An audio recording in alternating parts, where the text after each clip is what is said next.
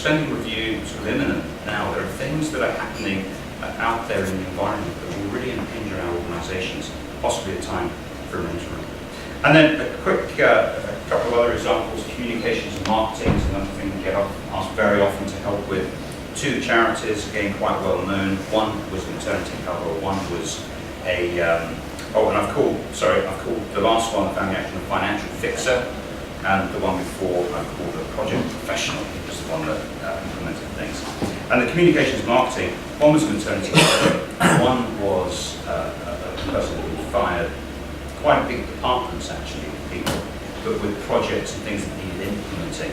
And we brought in what I call department developers. And these were people that came in and over a period of a few months obviously implemented the things that needed to be implemented. But the power of a good interim is that they were able to lift the standards of behaviour, competency of the entire department, so that in the maternity case, when she came back, it was a completely different department in terms of the way it was running. It was oiled. She implemented new practices, and of course an interim is a bit like what I call a snowball, which starts off small, but as it rolls it gathers size and momentum. I think a good interim, if they've been in many different organisations, actually in their next assignment can draw on all that collective experience and bring it to bear. So the more experienced the interim, the better for you as an organisation. And then we've had just a few other, odds and bits, and so whether it be interim corporate fundraisers, when the tsunami happened and the Red Cross couldn't handle the logistics, we brought in an interim to effectively manage the logistics process. We brought in interims to manage office moves.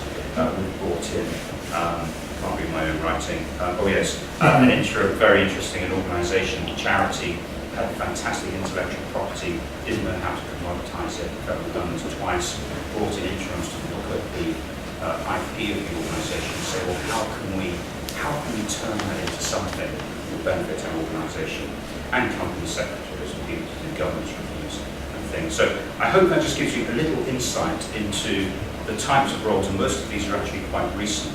We've been involved in the non-profit sector, and certainly at the board level, if there are issues that come to your table, either sudden or planned for, do think about, or rather than hiring in a consultant or recruiting permanently, is this an opportunity for us to bring in some extra horsepower for a limited period of time to really get us over a certain time? Take more questions in a minute. Right now I'm going to introduce Julian Stanley, who's going to take a very interesting take on the whole concept of interim management.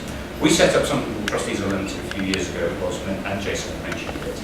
It's a partnership with NCVO, Bates Wells Braithwaite, and we're now the biggest recruiter of trustees in the non-profit sector. In fact, I'm going to just help you find your new chair.